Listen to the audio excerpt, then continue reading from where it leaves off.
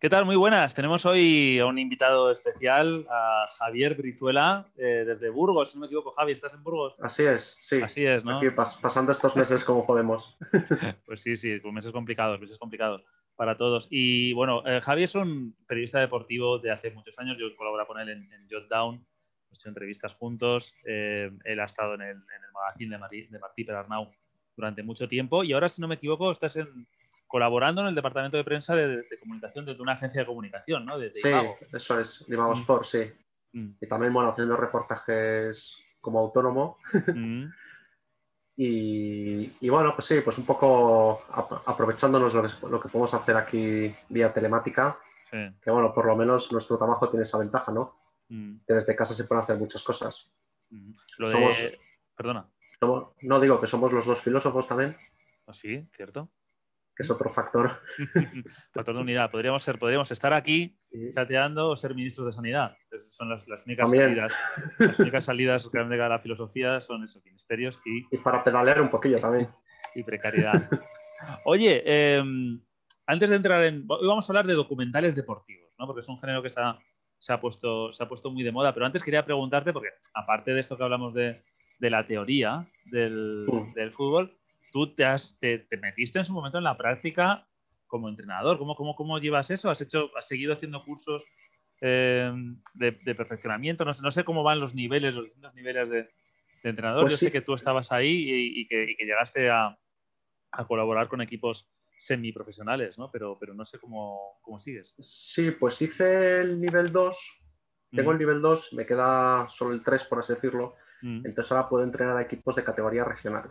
Ah, bueno. Y lo que pasa es que lo he dejado ahí, sí que es verdad que lo he dejado un poco aparcado, Mm, porque es una profesión como que te exige mucha dedicación. mm, En los niveles bajos no hay ningún mm. tipo de remuneración. Sí. Entonces digamos que tienes que estar muy motivado para llevarla a cabo, y Mm. en estos 2 últimos años me ha faltado un poco Sí, claro, normal. esa llama ha estado un poco apagada. Entonces está ahí aparcado. Me gustaría hacer el nivel 3 al margen de que ejerza o no ejerza, porque más nada por una cuestión formativa y por una cuestión de acabar también lo que he empezado, pero ahora de momento, además trabajo de campo, ahora más bien poco se puede hacer, Poco. Mm, o sea que ahora nos dedicamos más al trabajo online mm. y a Ya, los textos. y a la teoría, ¿no? La parte de la teoría. Documentales deportivos. Yo, si hubiéramos tenido esta charla hace un año, justo, y hablábamos de documentales deportivos, yo quizá, bueno, pues tendría problemas, ¿no? Para encontrar. Quizá me tendría que ir más a los informes Robinson, quizá, pero claro, esos dirían, no, son más reportajes. Bueno, reportajes, documentales, lo que hacían sobre el Mundial 2010 o la Eurocopa 2008, ¿qué era? ¿Era documental? ¿Era reportaje? Es complicado. Ahí es donde quizá con una extensión tan grande eran programas de una hora, ¿no? Con lo que, bueno, una mezcla, ¿no? Entre ambos géneros. Pero fuera de eso me costaría, ¿no? Encontrar también las hagiografías, ¿no? La vida de Sergio Ramos o la vida de Cristiano Ronaldo, ¿no? La vida de quien sea, ¿no? Que él mismo gestiona su producto. Ahora bien, un año después, eh, si me dices documentales deportivos, pues resulta que se me vienen muchos a la cabeza porque la pandemia Sí. ha sido prolífica en ese sentido, ¿no? Todo el mundo ha aprovechado para sacar su producto Yo en creo el que ya radar la ahí. tendencia estaba un poco ahí, Mm, pero si cabe el acelerado y se ha mm, masificado todo mucho más, claro, porque al final, bueno, el ejemplo más claro, ¿no? De Last Dance sí. que estaba preparado, creo que era, no sé, era para junio en un primer momento, y lo No adelantaron lo un par de meses. recuerdo. Sí, sé que lo adelantaron porque, claro, Por, vieron el filón. Es decir, pues está todo el mundo claro, metido en casa, algo tendrán claro, y ahí algo tendrán que pegaron, hacer. O sea, claro, es el y ahí momento pegaron ideal. Además, no hay deporte. Han parado todo el deporte, han parado la NBA, han parado claro, todo. Con lo que es el momento para salir nosotros con esto. había cero competencia y había mucha gente que estaba metida en su casa, literalmente. Bueno, en Mm, España todo el mundo, claro, porque ahora quieras que no, pues se puede salir a la calle, se puede hacer algún mm, tipo de actividad al aire libre, pero en aquel momento era casa o casa, y hombre, mm. queríamos vías de escape, ¿no? Por supuesto. Pues The Last Dance sería uno de los ejemplos, sin duda, de documental deportivo de muchísimo éxito en todo el mundo, además. Incluso de de cómo un producto casi rollo Telecinco, ¿no? Es decir, tú haces un producto y luego tienes otros 10 productos que consisten en hablar del producto original, ¿no? Y aquí pasó un poco eso, ¿no? Los programas que rellenó, las horas de programación que rellenó The Last Dance y las horas de programación que rellenó la reacción de Isaiah Thomas a lo que dijo Jordan en el capítulo 3, la reacción de Scottie Pippen a lo que dijo no sé quién. Entonces, al final, eran horas y horas de televisión que tenían que ver con The Last Dance. Y The Last Dance, mucha gente lo considera, y yo desde luego estoy entre ellos, que siendo una cosa interesante, porque siempre va a ser interesante la figura de Jordan y por supuesto la historia de aquellos Bulls, bueno, pues al final uno acababa un poquito cansado de, bueno, pues de esa santificación de Jordan, ¿no? De este San Jordan, San Michael, que además nos contaba todo desde su perspectiva y todos los malos eran los malos que Michael decidía y los buenos eran los buenos que Michael decidía. Y a la vez, prácticamente en las mismas fechas, pues surgió otro documental que yo creo que a los que nos gusta mucho el deporte, pues nos habrá marcado de alguna manera, que es el del equipo Movistar de ciclismo, que es un documental que es todo lo contrario, es completamente, no sé cómo decirlo, desnudo, ¿no? Es decir, ahí no hay, se suponía que iba a haber un control sobre el contenido, pero a quien le tocaba controlar ese día no estaba. Y la verdad es que, bueno, pues la gente, que mucha de ella viene de hecho de Informe Robinson, pues pudo hacer ahí un trabajo tremendo de mostrarnos lo que es el día a día con lo bueno y lo malo de un equipo. Claro. Yo sí, o sea, yo creo que el planteamiento inicial que podemos hacer es que se supone que en este tipo de documentales que de alguna manera está implicado el propio equipo, el propio personaje, pues en teoría, si no pasa nada raro, lo que se busca es mejorar la imagen del protagonista, en este caso el equipo Movistar o como pueda ser Michael Jordan de Last Dance. Entonces, claro, hay puntos de debate, ¿no? ¿Cómo se mejora la imagen de tu marca a través de un documental o de una producción de este tipo? También para eso, a su vez, yo creo que hay que hablar de qué es lo que espera el público qué es lo que espera ver el público, porque claro, a mí, por ejemplo, con The Last Dance me pasó una cosa bastante curiosa. Yo esperé un tiempecillo a ver la serie porque, más que nada, para tomar un poco de perspectiva, ¿no? Porque veía ahí un batiburrillo de comentarios y lo que decías tú, ¿no? Las reacciones sobre cada capítulo y tal, entonces dije, bueno, vamos a esperar un par de mesecillos y vamos a verlo tranquilamente. Y joder, la sensación que tenía al hilo de los comentarios, incluso también de algún amigo tal, era que, joder, era como que el documental como que contenía, pues eso, escenas muy, muy fuertes, incluso a veces nunca vistas, ¿no? Claro, luego lo ves tú y yo estoy más en tu línea, ¿no? Que lo veo más como un proceso de glorificación del personaje. Entonces dices, claro, ¿a quién te estás dirigiendo en primer lugar? A la gente que no conoce partes de tu historia, que no conoce que un día le pegaste un puñetazo a Steve Kerr, que no conoce los piques que tenías con los Pistons, que cuando te eliminaron te fuiste de la cancha sin felicitarles. O te diriges al que ya sabe eso y está buscando algo más. Yo tiendo a pensar que es más hacia el primer sector, porque que es un poco más la media, por así decirlo, ¿no? O sea, que es un producto más divulgativo en ese sentido. Sí, el producto de The Last Dance, de todas maneras, es raro, ¿eh? Es difícil de analizar desde una sola perspectiva, porque primero, lo que se vendió fue un documental sobre el último año de Michael Jordan y los Bulls, ¿vale? Y con imágenes inéditas de ese último año y acceso a todos los lugares, tal. Y claro, en ese sentido se quedaba cortísimo. Había muy poquitas imágenes mínimamente especiales y de hecho todo el rato la narración, aunque sí el hilo conductor pudiera ser esa temporada, no palpas nada de la tensión de la temporada, no palpas nada de se están jugando el primer puesto de la liga regular, se están jugando el factor cancha en playoff o no sabes muy bien nunca cómo van, no, hay referencias que en realidad pues eso sirven de hilo conductor a un continuo ir hacia atrás a temporadas pasadas y a momentos pasados, no ya de los queda un poco Chicago Bulls. confuso, no sé tú qué piensas de eso. A veces el espectador queda un poco... A mí yo creo que sé demasiado. Me gustaría que, por lo que tú decías, ¿no? De, oye, va dirigido al primer grupo. Te diría, bueno, Sí, claro, o sea, supongo que sí, porque lo que tú pretendes, obviamente, por lo que sabemos es Michael Jordan en un momento de la popularidad de LeBron James tremenda, porque consigue con Cleveland ganarle a los todopoderosos Warriors, decir, no, ojo, yo soy más grande que LeBron James. Y los jóvenes no lo saben. A ver si los jóvenes se van a pensar que LeBron James es más grande que yo, porque no se sabe en la historia. Se lo voy a contar yo. Es verdad que si tú eres muy joven y no te sabes la historia, determinadas cuestiones pueden ser confusas. Pero yo me lo sé. O sea, si se va atrás a ver la canasta que le mete a Greg Illow en las semifinales de conferencia, yo esa canasta la he visto 1000 veces y me la sé. Pero, pues no sé, probablemente el que no tenga tanta me dirá, ¿y por qué mete esto ahora, no? De repente, ¿por qué mete ahora una canasta del 89, del 90? No me acuerdo ahora mismo el año. No sé, supongo que sí sería confuso para ellos. Lo cual me hace dudar eso, lo que decías tú, decir, hacia el primer grupo. Sí, en algunos casos claramente sí, es divulgativo. Pero por otro lado, yo creo que hay que tener un mínimo de conocimientos acerca de esos Bulls y de esa Sí. NBA. Ojo, no solo de los Bulls, de lo que era la NBA por entonces.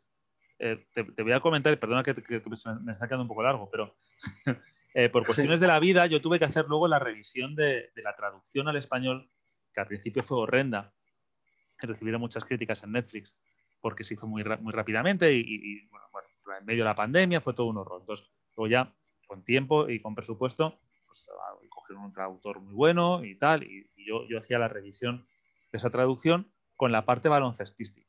Y te das cuenta de que ese traductor, que era muy bueno y que hizo un trabajo excelente, pues había cosas que no se enteraba porque no sabía que Claro. Oakley había sido compañero y luego resulta que contra los Knicks tienen una...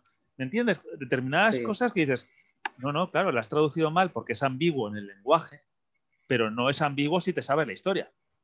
Pero claro, tienes que sabértela. Sí.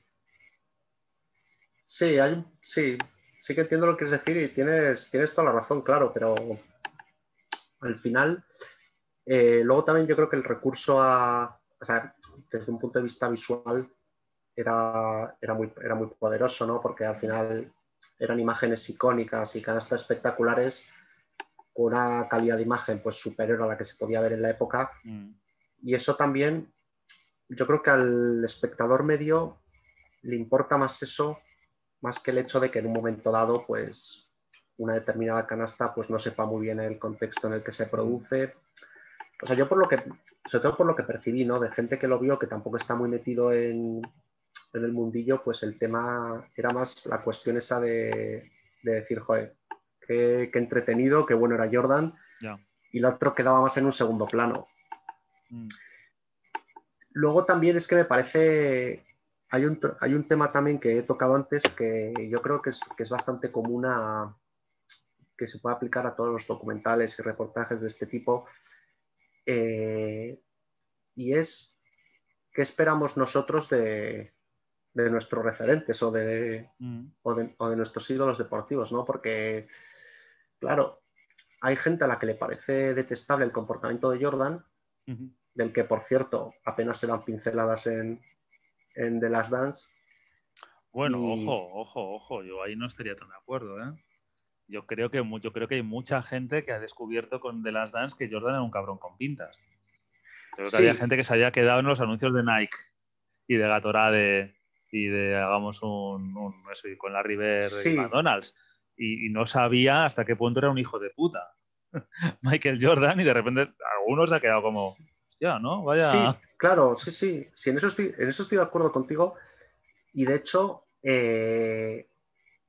yo más bien la duda que tengo es hasta qué punto lo que se ha mostrado en The Last Dance eh, es, digamos que debe estar relacionado a que la gente piense que Jordan era un hijo de puta, o realmente lo que se ha mostrado no es para tanto y es realmente la gente pues que igual pues, es más ajena pues, a las cosas que pueden pasar en un vestuario de un equipo de élite, la que se ha escandalizado sin demasiado motivo. Hombre, a ver, motivos hay, pero yo creo que más bien la imagen que se traslada de Jordan en The Last Dance es la de un tío ultra competitivo, cosa que en el deporte de élite pues suele venir bien, y que en nombre de esa ultra competitividad, pues de vez en cuando tiene patinazos, porque al fin y al cabo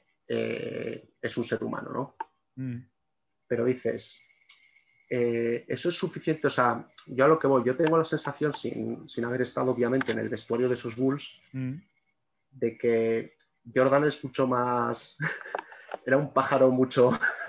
Era aún peor, ¿no? De lo que... Más que aún peor, simplemente peor, porque yo tampoco creo que de ese reportaje de Last Dance, de hecho el propio Jordan, yo no sé con quién lo he hablado un día, que definía un poco de Last Dance como una especie de voladura controlada, ¿no? De decir, bueno, voy a dejar estas miguitas para que la gente no diga que todo el reportaje pues es una alabanza a la deidad suprema, pero tampoco voy a enseñar mucho. Que tampoco, que sí, que me vean este vacile que le hago por aquí a este... Joder, se me ha ido el nombre de los Bulls a la temporada 97-98, que se metía con él. Ay, por Dios, se me ha ido a mí también, al escolta, dices, ¿no? El que jugó en Phoenix. Sí. Joder, se me ha ido. Scott Barrell. Scott Barrell. Pues sí, güey, que se me vea, pues, eso, ¿no? Vacilándole un poquillo, tal, pero bueno, que igual luego, que me lo estoy inventando porque no te sabría decirlo, pero que igual luego detrás de la cámara, pues, hacía una perrada mucho mayor, y lo que estamos viendo es... Entonces, claro, me genera muchas dudas, ¿no? ¿Hasta qué punto ahí está controlando? A ver, yo creo que al final todos sin darse cuenta han acabado bailando al son que quería Jordan, ¿no? Porque al final lo que han hecho Horace Grant, lo que han hecho Scottie Pippen, o sea, casi el que se ha mantenido un poco al margen, quizás con la postura más inteligente, ha sido Tony Kukoc. Sí. Que además juegan juntos al golf, entonces igual tampoco le interesaba.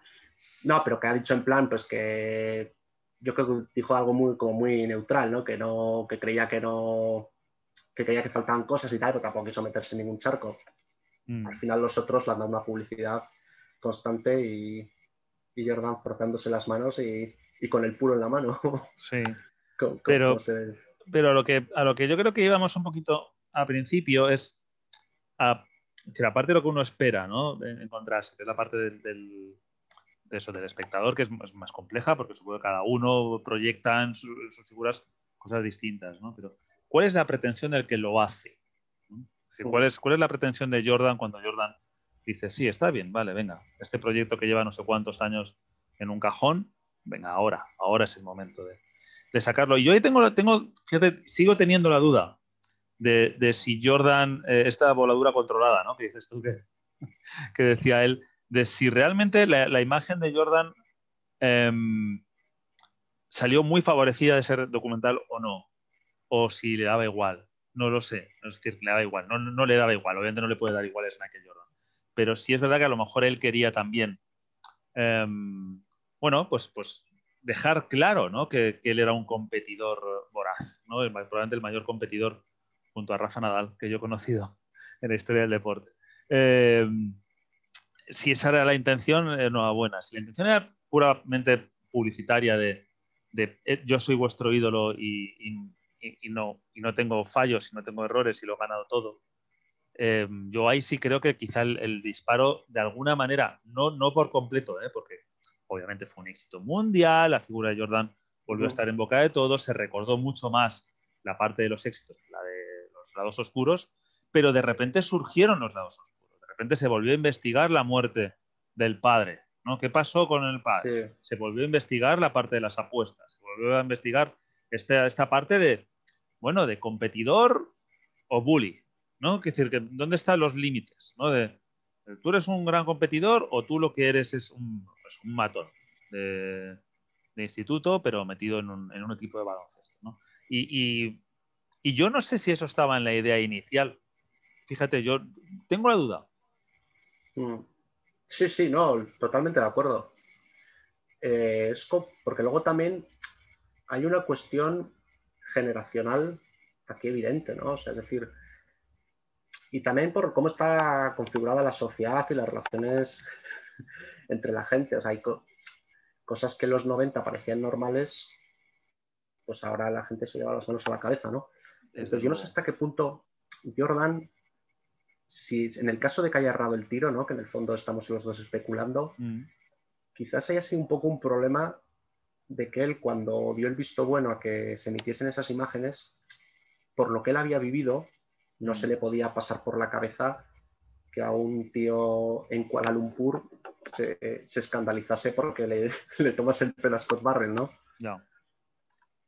Entonces, porque claro, o sea, yo creo que la imagen que él quería dar era eso, ¿no? La de un dios con fallos, por así decirlo, dicho así pronto y mal, pero lo que yo no sé, lo que yo no tengo claro es si esos fallos que muestra realmente le esperaba que tuvieran esa repercusión en la gente, que yo creo que es un poco al hilo de la reflexión que has hecho antes, ¿no? Por eso, porque al final, como has comentado antes, y yo también estoy de acuerdo, pues sabemos, si seguimos de cerca aquella época en su momento, pues sabemos lo que había, el tema, lo has dicho antes, el tema de lo del asesinato del padre y tal, pues se ha hablado y se ha escrito mucho, pero claro, hay mucha gente que eso no lo sabía.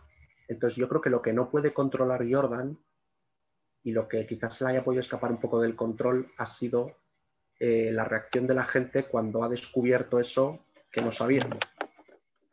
Y eso sí que pero, por ahí sí que pasa muy por encima, ¿eh? Lo que pasa es que volvemos a lo de antes, lo del Sálvame Deluxe, ¿no? Es decir, esto hace que de repente uno que estuvo en la investigación del padre del asesinato del padre de Jordan coja en la ESPN o en la cadena que sea y salga a hablar de tal, y entonces empiezan las teorías de la conspiración y de repente se haga un mundo sobre la muerte del padre de Jordan. No porque en el documental se ahonde mucho en la cuestión, que prácticamente se dice, bueno, es clarísimo que fue un intento de robo y tal, y bueno, no está tan claro, pero bueno, pongamos que sí, tampoco vamos a especular con cosas tan serias, ¿no? Pero sí es verdad que de repente pues llevas a eso, a lo más alto de la discusión periodística, algo que probablemente a ti y a tu familia te sea tremendamente incómodo, ¿no? Que es que vuelvan a estar con lo de, no, insisto en lo de la familia, ¿no? Insisto en lo de la familia. Sí. No creo que tampoco sea muy agradable. También se empezó a hablar la relación del padre con la madre. La madre sale en el documental y que bueno, que tal, que tenían problemas, que se van a divorciar, que no sé cuánto. De Juanita se habla mucho también, ¿no? De Juanita no se habla. De Juanita no se habla ni una palabra, no existe Juanita. Juanita, que era, para quien no lo conozcas, era su mujer durante todo este periodo. Durante los 6 anillos, la mujer de Michael Jordan era Juanita, y la madre de sus hijos. No existe, no sale, no hay ninguna referencia, no hay eso, en 10 horas de documental no hay un plano en el que de fondo se vea a Juanita. No hay Juanita, ¿no? Lo cual, a su vez, efectivamente, como tú dices, pues genera un debate de, oye, ¿qué pasó con Juanita? ¿No? ¿Por qué no está Juanita? ¿No? Al final acaba siendo aún peor. Y por ligarlo con lo que hablábamos antes, un documental, yo creo que muy bueno, como The Last Dance, pero que el objetivo casi de deificación del protagonista acaba en determinada gente, quizá al decir, oye, joder, cuidado, ¿no? Me llevo una peor impresión de la que tenía cuando empecé a ver el documental. En alguna gente, no digo en la mayoría. Pues el otro ejemplo que te ponía quizás sería ese, el documental de Movistar, en el que yo creo, personalmente, a mí lo que me pasó fue que me acabaron cayendo mejor. Es decir, un equipo como el Movistar, que parece condenado a caer mal, porque a todo el mundo le caen mal las tácticas del Movistar, los que atacan porque atacan, los que no atacan porque no atacan, si van por la general por equipos porque van por la general por equipos, todo está mal. Es decir, uno se mete en Twitter de ciclismo y todo lo que haga el Movistar está mal, ¿no? De repente, cuando lo ves desde dentro y desde ese punto de las tensiones, los malos rollos, bueno, pues lo que es gestionar un grupo de esa entidad, y lo ves así, a mí lo que me generó fue pues una cierta simpatía. Es decir, vale, os he criticado mucho, pero ahora que os veo sufrir, hostias, la próxima vez me cortaré un poquito más. Pero es que luego pasó lo de la Vuelta con Carapaz y entonces ya sí. volvió todo el mundo a linchar, ¿no? Pero bueno, en fin. Que sí me hizo gracia porque obviamente el objetivo de Movistar o el objetivo de la gente que hizo el reportaje no era ni mucho menos dejar mal al equipo, al contrario, porque no haces un vídeo para eso, pero que es verdad que no se utilizó una táctica, digamos, de contar solo lo bueno, sino que se contó todo, y me parece que de mucha gente generó una corriente de simpatía. Sí, a mí también me pasa. Bueno, yo es que en general, al final, pues el deporte de alta competición, pues no deja de ser un poco metafórico, pues de lo que es la misma vida, ¿no? Con sus altos, con sus bajos, con sus momentos de euforia, con sus momentos de depresión. Entonces, a mí me gusta ver eso reflejado si hablamos de deportes. O sea, a mí un retrato lineal en el que, pues, qué bonito es todo, qué bien me llevo con mis compañeros. La vida tampoco es eso. Pero claro, entonces, en ese sentido, yo para eso sí que soy muy comprensivo y opino lo mismo que tú. No me hace coger simpatía a la persona porque también exponiendo un poco el contexto en el que ocurren este tipo de cosas, pues de alguna manera te hace empatizar más. Dices, pues igual yo en esa situación pues haría lo mismo, ¿no? Y no soy una mala persona. Yeah.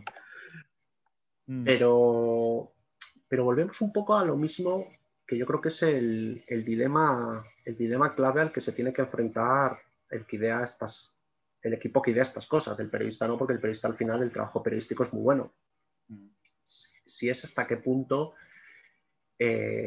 a nivel, digamos, general, mi imagen ha salido fortalecida. O sea, si hay más gente como tú o como yo, o hay más gente que dice, pero ¿cómo puede ser que se hagan estas perradas? Qué mal ejemplo para la o juventud, Pablo ¿no? Lastras, que impresentable, ¿no? O cosas de estas, ¿no? Sí. Que tuvo mucha bronca a Pablo Lastras, que le llovieron muchas críticas porque era muy duro en el documental, no Sí, era sí, nada sí. diplomático, desde luego.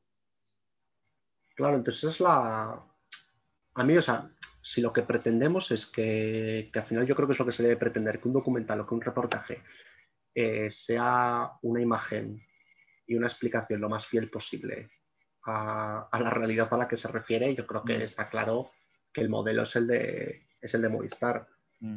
Si lo que pretendemos es, es meter el producto edulcorado a gusto del consumidor que se cree que todo es de color del arco iris y que nunca pasa nada, pues otros modelos, para eso están también otro tipo de producciones que yo creo que son las mayoritarias, ¿no? Desgraciadamente, en mi las opinión. Amazon Prime, ¿no? Los productos Amazon Prime Sí. de la vida de no sé qué futbolista con su mujer El de modelo. Carolina Marín me gustó bastante, por cierto. Ah, sí, no lo he visto yo. Sí. ¿Pero qué Dentro de es? que... ¿De la parte de la lesión o anterior o cuando...? Sí, pues es todo, trata el tema de la lesión y luego, claro, se junta lo del accidente de su padre que acabó falleciendo, se junta el tema de la pandemia, claro, esto sí que no lo... Cuando quisieron grabar un documental, yo creo que les quedó mucho más dramático sobre la marcha por todo este tipo de acontecimientos desgraciados. Pero yo creo que, o sea, seguro que también pues han ocultado cosas, seguro que no han sacado todo lo que podían haber sacado, pero yo creo que refleja bastante fielmente la lucha de ella por permanecer concentrada dentro de todo lo que la estaba pasando. Hay una escena, no sé en qué capítulo es, en el que su entrenador, no es que le eche una bronca, porque tampoco es una bronca, pero le reprende un poco porque se fue a la boda de una de sus mejores amigas, salió un poco por la noche, tal, todo esto con el permiso del entrenador, ¿no? Pero al día siguiente se lo tomó libre y cuando volvió a entrenar estaba como un poco desconectada. Sí. Entonces el entrenador, bueno, desconectada, porque lo dice él, porque tú desde fuera lo ves y dices, está entrenando, está Sí, al 100%, normal. ¿no? Claro, pero no sé qué vio él. Es que nunca conseguí darle el bádminton. Para mí es un deporte que lo dábamos en el instituto, pero yo nunca conseguía darle a la pelota. Siempre le daba a la cosa que hay de protección, como a la, no sé cómo lo llaman, no sé lo que es, el plástico, vaya, o sea, es como una pelotita con plástico, ¿no? Entonces yo siempre le daba el plástico, entonces siempre que le daba, pues iba para abajo. Entonces ya está, Sí, eso es toda mi aportación es bastante raro él. sobre el bádminton. Entonces yo si veo a cualquiera pasarla al otro lado de la red, ya voy a decir, hostia, o sea, es como, claro, ¿no? qué Y poniendo máquina, qué caras de intensidad, esfuerzo ¿no? y... Pues él lo paró y le dijo que casi no se podía ir a ningún lado, que si quería ser la mejor jugadora de la historia, que yo creo que es la motivación que tienen ahora, ¿no? Después de haber ganado Mundial, Juegos Olímpicos y demás, pues como el leitmotiv, ¿no? De su preparación, que si quería seguir haciendo historia, que no podía tomarse las cosas, o sea, poco más o menos tú escuchabas eso, no sé, y pensabas, y joder, ¿qué habrá hecho esta pobre mujer Yeah. para que le caiga esto? Entonces, yo creo que ahí sí que se reflejaba bien la exigencia a la que se tiene que someter un profesional a este nivel para crecer, ¿no? Y luego también, pues, se ve un poco la relación ya con su entrenador, o sea, es interesante. Hay cosas que sí, es verdad que la parte humana me resultan interesantes. Comentabas lo de Carolina Marín. Yo sí le he oído a Carolina Marín decir lo de la falta de motivación, ¿no? Lo que efectivamente su entrenador en un momento dado la convenció de que lo que tenía que ser ella es la mejor de la historia. Entonces, que bueno, que ese reto, porque había llegado un momento en el que pues ya era campeona del mundo, era campeona olímpica, lo había conseguido todo, ¿no? Es decir, entonces, Sí. si de repente le viene todo el mogollón, ¿no? Además, efectivamente, y dices, joder, y yo ahora de verdad tengo que, con 20 y pico años, tengo que dedicarme a... ¿Para qué? Si ya lo he hecho todo, ¿no? Claro. Es muy complicado. Uno de los documentales que han salido recientemente que no he podido ver y que de hecho pues no creo que vea, sinceramente. Pero bueno, puede que esté bien, ¿eh? Es el de Andy Murray sobre la recuperación de la lesión. Andy Murray. A mí casos, tengo curiosidad por ver el enfoque que hacen. Porque a mí, claro, yo cojo a un tío como Andy Murray. Andy Murray, si yo no me equivoco, tiene 33 años, yo creo que del 87. 33, 34, no sé cuándo cumple exactamente los 34, a lo largo del año los cumplirá. Ganador de todo, de mucho, por lo menos, ¿no? O sea, la verdad que no ha ganado todo porque no ha ganado Roland Garros, vale. Pero, y el Australian Open creo que tampoco, creo que jugó no sé cuántas finales, pero no lo consigo ganar jamás. Pero bueno, un tío con 10, 12, 14 años de carrera exitosísima, todos los miles de millones de euros que uno puede imaginar, casado, con hijos, no sé, como en plan de todo ya cerrado, ¿no? Y de repente tienes una lesión de cadera con unos dolores horribles que hacen que durante 4 años no puedas competir. El último año completo que compite Andy Murray, si no me equivoco, es 2016. Y en 2021 Andy Murray sigue luchando por volver. A mí es verdad que sí, que si me lo cuentan bien, y quizá un libro me interesaría más que un documental, ¿no? Que eso sería también otro debate de qué cosas se cuentan mejor en libro y qué cosas mejor en documental. Quizá determinadas cosas mejor en libro. Porque sí es verdad que me gustaría ponerme por un momento en los pies de Andy Murray y decir, Andy, ¿por qué no te rindes? ¿Qué hay que te impide rendirte? Tienes dinero para 4 generaciones. Has sido número 1 del mundo. Has ganado Wimbledon, has ganado el US Open, has ganado la Davis tú solo, porque la ganó él solo. Has recuperado el tenis de tu país, que tiene una historia milenaria, que realmente fundó el tenis. Lo has recuperado después de años, de décadas, sin nadie competitivo a ese nivel, porque Tim Henman no estaba a ese nivel. Estás muerto de dolor. ¿Por qué no lo dejas?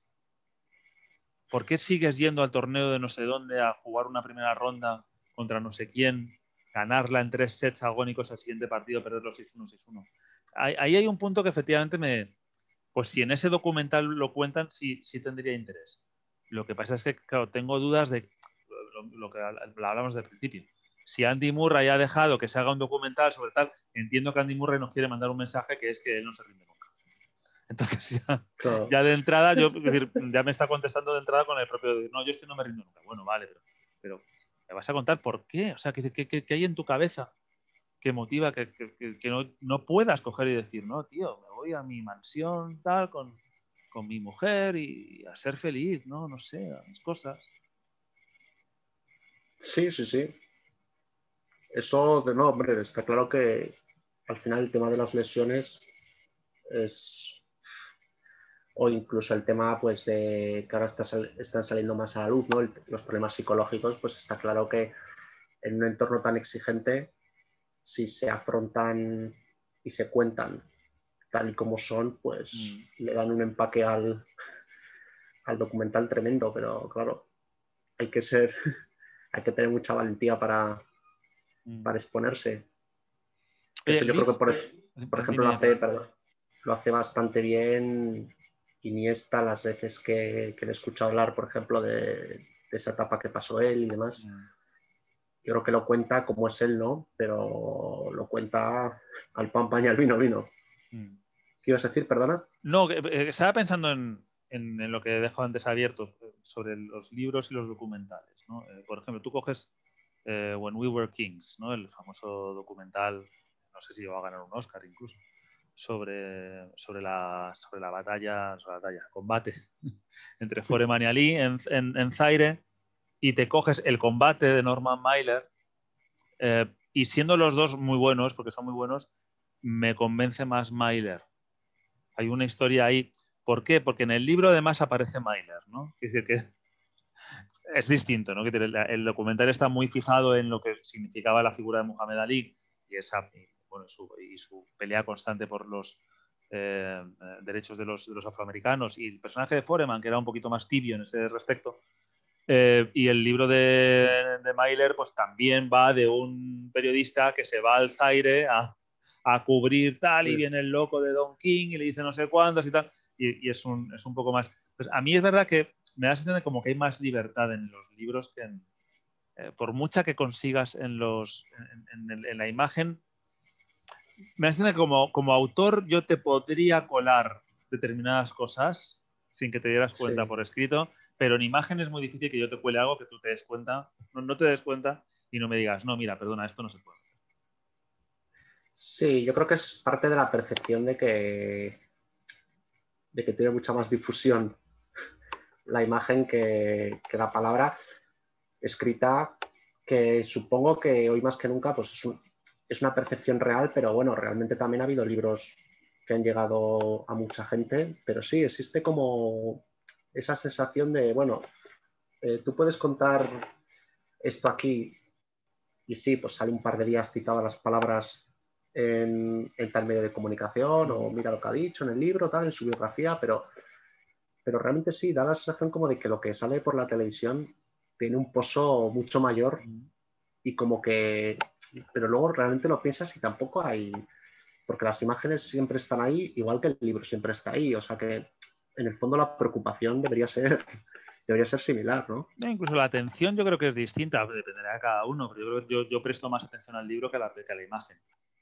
En general, no digo, sí. En general, la sucesión de imágenes hace que te sea más complicado prestar atención a cada una de ellas, ¿no? Cuando lees un libro sí te vas fijando más o menos en cada frase, y de repente hay una frase que te llama la atención y ostras, es fácil que se te quede en la mente, Sí. ¿no? Durante mucho tiempo, y sin embargo las imágenes, bueno, es otro tipo, es como una cosa un poquito más digerida, ¿no? Por decirlo de alguna manera, ¿no? Como que ya hay una selección previa, ¿no? De toda esa información, y te la voy a poner en 1 hora.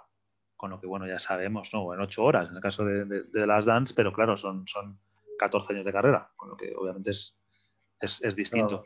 ¿Qué otros documentales deportivos, porque estamos hablando de documentales deportivos, te vienen a la cabeza cuando piensas en el género? Pues mira, voy a citar, este es archiconocido, ¿no? Antes lo has citado tú mismo, el informe de revisión del Mundial de Sudáfrica, que yo creo que es que no por estar ya, por haberse sacado en varios sitios, no deja de ser algo a lo que hay que aludir de vez en cuando. Y yo también al hilo de esto quería sacarlo para hacer una reflexión, y es hasta qué punto ahora mismo ahora mismo con todos los medios de comunicación que hay, con toda la cobertura que hay de los grandes acontecimientos, o sea, tú si sigues el Mundial de Rusia o el Mundial de Brasil, pues si lo sigues de cerca, pues puedes llegar a un montón de detalles y de interioridades de las selecciones. Bueno, lo que ellos también quieran contar, ¿no? Pero hay una atención desmesurada. Eso antes no pasaba. Entonces, ¿qué quiero decir con esto? Que tú ahora ves un documental sobre el Mundial de Sudáfrica y muchas de las cosas que ves, pues ya te las conoces. Tú ahora me pones un documental sobre el Mundial, ya no te voy a ir a Brasil 50, no. sobre el Mundial de Francia 98 y habría muchas cosas que las verías y dirías, pues esto pasó o esto no me acuerdo, ¿no? Claro, también es que en aquella época no había esa cobertura y había muchas cosas que al espectador normal se te podían pasar. Hoy en día eso es más complicado. Sin duda. Sin duda. Hablando del Mundial de Francia del 98, precisamente, tú sabes que el mundo empieza cuando uno lo descubre, ¿no? Es decir, todo lo que ha pasado antes, como adanes que somos, pues tú no eras consciente de ello, ¿no? Y aunque documentales deportivos, por supuesto, habrá muchísimos. Y yo, de hecho, sí recuerdo, fíjate, siendo niño, tener en casa los documentales, sí, no es que tampoco eran documentales, yo creo que no tenían esa intención. Los VHS que sacaba la NBA con los campeones de cada año. Entonces yo me acuerdo de tener los de los Pistons. Me acuerdo de tener los del 88 y 89, perdón, 89 y 90 de los Detroit Pistons. Y eran como cintas de 1 hora que editaba la propia NBA. Pues un poco lo mismo, pues con un resumen de la temporada y con alguna imagen del vestuario de los Pistons y tal. Pues un poquito de las Dance, ojo, que tampoco se distanciaba mucho. Pero el documental que a mí sí me hizo, o sea, me marcó mucho y me hizo durante una temporada el decir, joder, ojalá yo pudiera hacer esto. Era un documental que yo sí creo, y alguien me podrá corregir en los comentarios y que lo haga, que en su momento sí marcó un antes y un después en este tipo de cubrir un evento. También sabemos que los Juegos Olímpicos de la época de Leni Riefenstahl tienen su documental oficial. Pero era un documental que se llama Les Yeux dans les Bleus, los ojos en los Bleus, ¿no? en la selección francesa. Y era eran 2 horas o 2 horas y media, una cosa así, era largo. Y era el devenir de la selección francesa durante el Mundial del 98. Desde las primeras concentraciones en Clairefontaine con Aimé Jacquet, se llamaba, ¿no? El entrenador, sí. El seleccionador, hasta la consecución del título, ¿no? Y a mí me marcó mucho de repente el ver eso. Esa imagen del acceso completo, ¿no? Y se vio una cosa que no funciona mal en Informe Robinson. No quiero que nadie me malentienda. Yo creo que lo que ha hecho Informe Robinson, otras cosas porque tengo gente que conozco mucho y a la que admiro mucho trabajando ahí.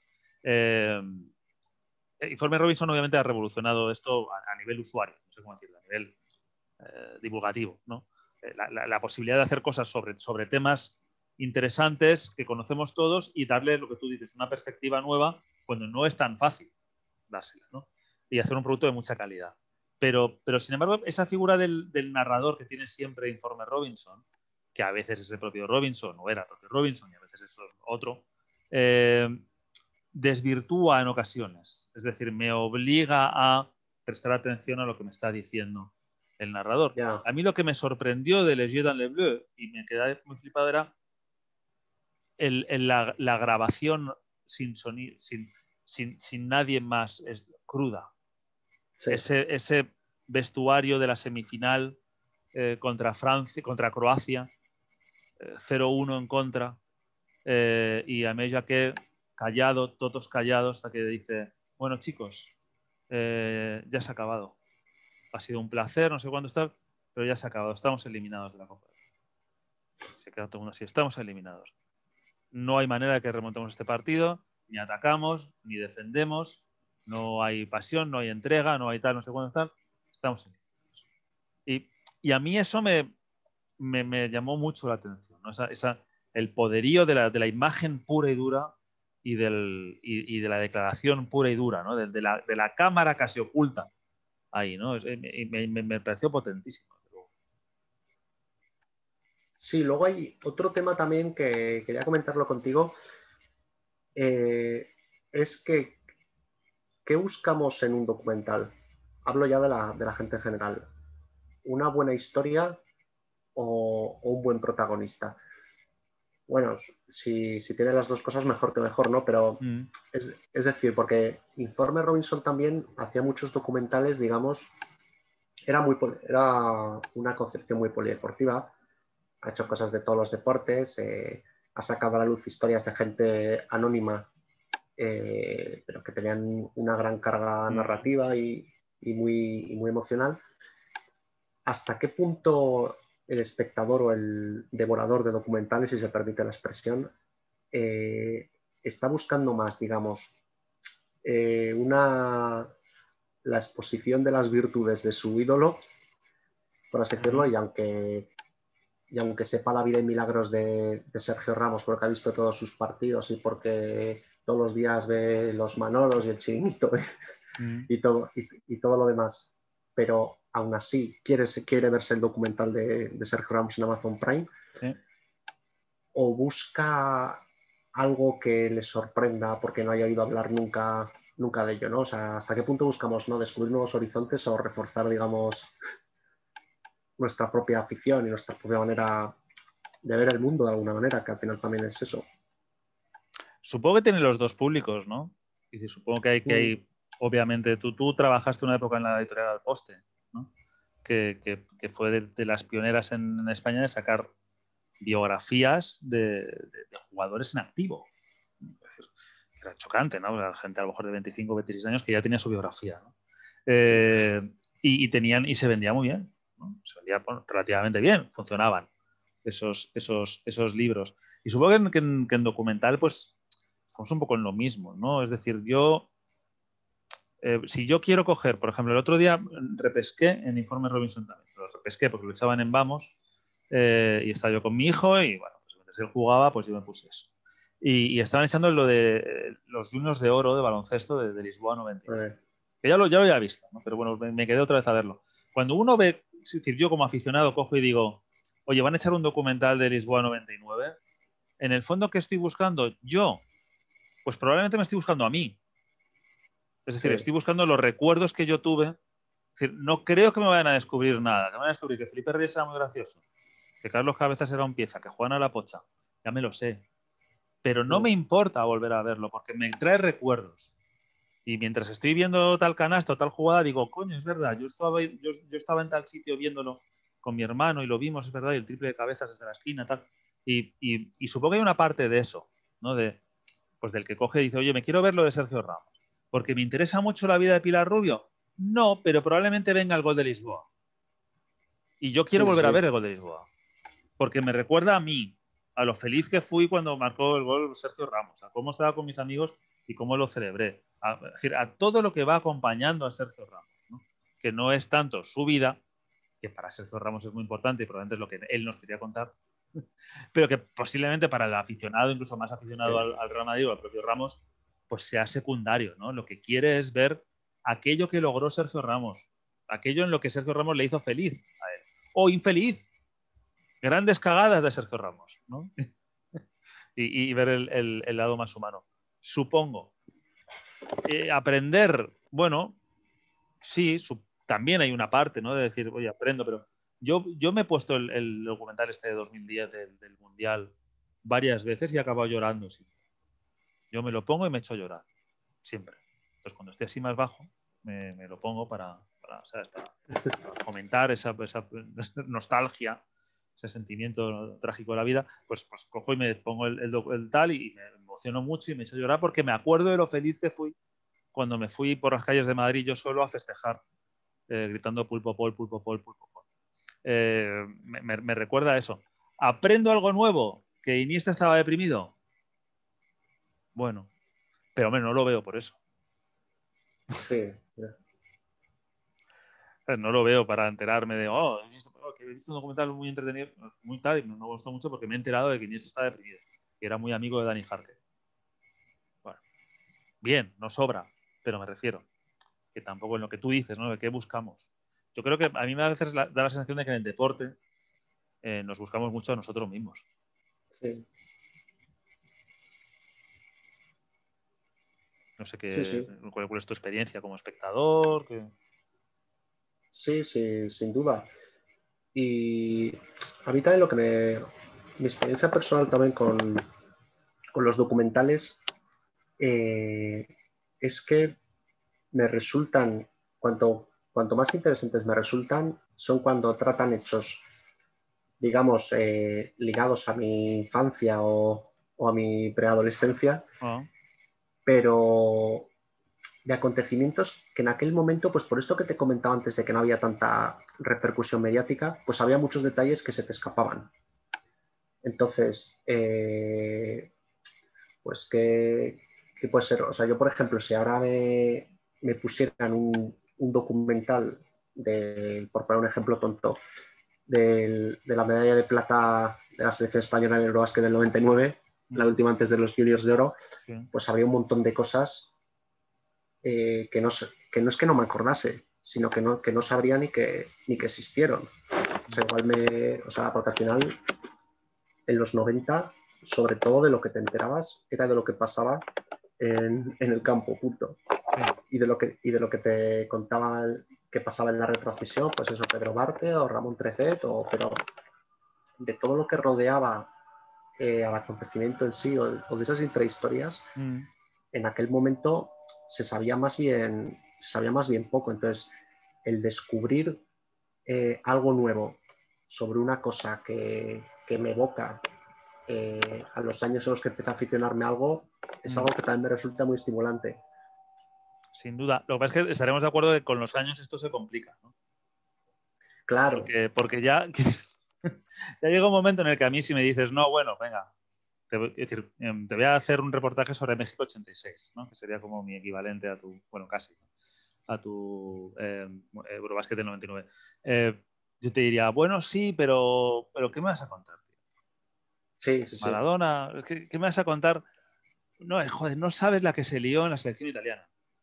Pues no lo sé, pero es que igual ya a estas alturas, tío, ¿sabes? 34 años después, ya igual, pero es que me da igual si Altobelli se hablaba con no sé quién o no se hablaba.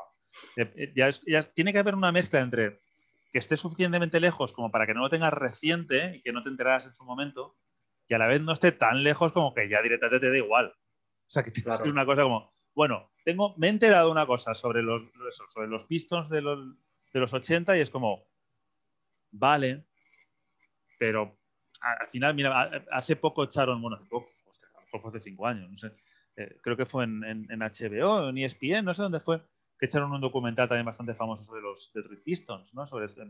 Y salían ellos, todos con esa pinta que tenían de eso, de recién salidos de una fábrica de Detroit, y comentaban la época tal, pero, y estaba muy bien.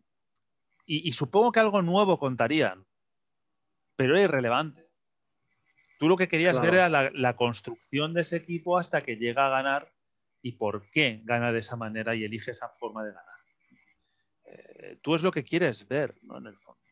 Con lo que es complicado averiguar algo nuevo. Tiene más, es una parte quizás de estudiosos. Es decir, supongo que hace poco en el canal, por ejemplo, tuvimos una charla, el Artaun Dazumendi y yo, muy interesante sobre los Lakers y los Celtics y la rivalidad. Entonces, bueno, a mí me sirvió mucho porque yo como estudioso, como aficionado de la NBA, me interesa y el Artaun sabe 3 veces lo que sé yo, entonces digo, oye, bien, pues mira, cuéntame, ¿qué tal esa rivalidad? Pero no ya porque me vaya a contar una cosa que realmente cambie mi manera de entender, sino más bien porque, bueno, pues porque me ayuda a entender cosas que he visto después. Un refuerzo, los recuerdos, ¿no? que puedas tener de los 80, pues más o menos ya los entiendes más, ¿no? El recuerdo del niño que ve el gancho aquel de Magic Johnson en un telediario, pero no acaba de entender muy bien por qué es tan importante. Más bien esa parte. Sí, luego también hay otra cosa curiosa, volviendo al tema del recurrente del Mundial de Sudáfrica, que claro, hay veces que pasa que cuando se hace alguna producción muy buena sobre un determinado tema, da la sensación como de que ya se ha contado como de obra acabada, ¿no? Como que ya se ha contado todo lo que se tenía. Sí. Y eso lo he visto ahora, por ejemplo, que se ha cumplido el 10º aniversario. Joder, estuve viendo hace poco Amazon, creo que es que ya me lío entre plataformas. Creo que fue Amazon la que lo sacó en Navidades, el documental por el 10º aniversario, y dices, está bien, es un documental que está bien y es recomendable y demás, pero dices, pero es que ya mejor que estos no lo vas a hacer. Porque entonces dices, si yo en 2020 quiero recordar lo que fue el Mundial de 2010, prefiero ponerme, que me perdonen los de Amazon, prefiero ponerme el informe Robinson otra vez de 2010 a ver el documental que han hecho los de Amazon en 2020. Salvo que no hayas visto el de 2010. Eso es. Es lo que te decía del peligro. Muchas veces que damos por terminado algo que no está terminado. Pero claro, para nosotros ese impacto ya, que todos los que vimos el documental de 2010, en 2010, hemos quedado marcados. Entonces, obviamente todo lo que me cuentes después sobre ese mundial es información añadida a un impacto muy fuerte que he tenido yo y que para mí ha sido muy emocionante, ¿no? Entonces tú me lo puedes contar de otra manera, pero me va a remitir siempre a lo que ya he visto antes. Con lo que ahí ese es el problema. Javi, se nos ha ido la hora. Estamos ya, estamos ya acabando. Un placer charlar contigo sobre documentales deportivos, sobre deporte en general, siempre interesante. Última pregunta que te voy a hacer. ¿Sobre qué evento, personaje, momento de la historia del deporte te gustaría ver un documental que todavía no se ha hecho? Pues a mí me gustaría mucho, lo pensaba antes de la charla, fíjate, igual se ha hecho y voy a quedar mal, pero lo he pensado varias veces. Un buen documental sobre Dinamarca en la Eurocopa del 92. Alguno habrá, ¿eh? No sí, lo sé, ¿eh? Habrá, Digo por decir. Alguno habrá, aunque sea en Dinamarca, ¿no? En Dinamarca tiene que haber. Estará en pero YouTube. Algo así más comercial, ¿no? Si se me permite la expresión, algo más que joder, es una historia impresionante. Entonces, claro, yo era un niño en aquel momento, no recuerdo absolutamente nada de aquella Eurocopa, y luego, pues sí, pues cuando vas creciendo, pues te enteras de que hubo una selección que estaba en la playa y la llamaron para sustituir a Yugoslavia. Pero claro, tienes lo que comentábamos antes, ¿no? Tienes 2 o 3 fogonazos de la infancia a la que falta darles un contexto que sería lo que me daría el documental. Pues yo me voy a quedar en este concepto de insider, ¿no? Estamos hablando de documentales, en realidad estamos hablando casi siempre de insiders, ¿no? Lo que se llama un insider, que es eso desde dentro, ¿no? El documental de la cámara desde dentro, ¿no? Me gustaría un insider de la liga que perdió el Deportivo en el 94. Me gustaría un insider de cómo fue aquel año, de cómo se fue gestionando las expectativas, de cómo era Coruña aquel año y de cómo se vivió ese último partido, tanto antes del partido como en el descanso del partido como después, ¿no? Ahí me parece que sí habría un... Pero me gustaría, insisto, raw, crudo. No quiero a Yuki Kaora que ahora me cuente 25, 26 años después me cuente cómo se siente después de fallar el penalti. No me interesa. Quiero estar ahí. Quiero que me trasladen de nuevo al 94, a la temporada 93-94, y que me enseñen las imágenes exactamente y los comentarios y los gritos y las alegrías y las tristezas de la 93-94. La cara de Arsène Iglesias en el vestuario. Sí, efectivamente. Quiero ver eso. Y quiero ver otra vez la rueda de prensa de Arsène Iglesias diciendo, bueno, esto podía fallar, esto podía pasar. Sabíamos que esto podía pasar y nos ha pasado. Yo quiero eso, no quiero que alguien me cuente, que Joel López me cuente cómo vivió de niño. No me interesa eso. Me gustaría un insider de aquello. En fin, Javi, lo vamos a dejar aquí. Bueno, oye, los que estáis viendo esto, si habéis llegado hasta aquí, como siempre digo, algo os habrá interesado de esta historia de documentales que hemos hablado, pues poned un me gusta y dejad vuestro comentario. Oye, ¿cuál es el documental que a vosotros os ha llamado más la atención? ¿Vuestro documental deportivo favorito? ¿O cuál es ese documental deportivo que todavía no se ha hecho en vuestra opinión y que debería hacerse, que iríais inmediatamente a ver y os suscribiríais a esa plataforma, por lo menos al mes de prueba, solamente para verlo, ¿no? Dejadlo ahí en los comentarios y bueno,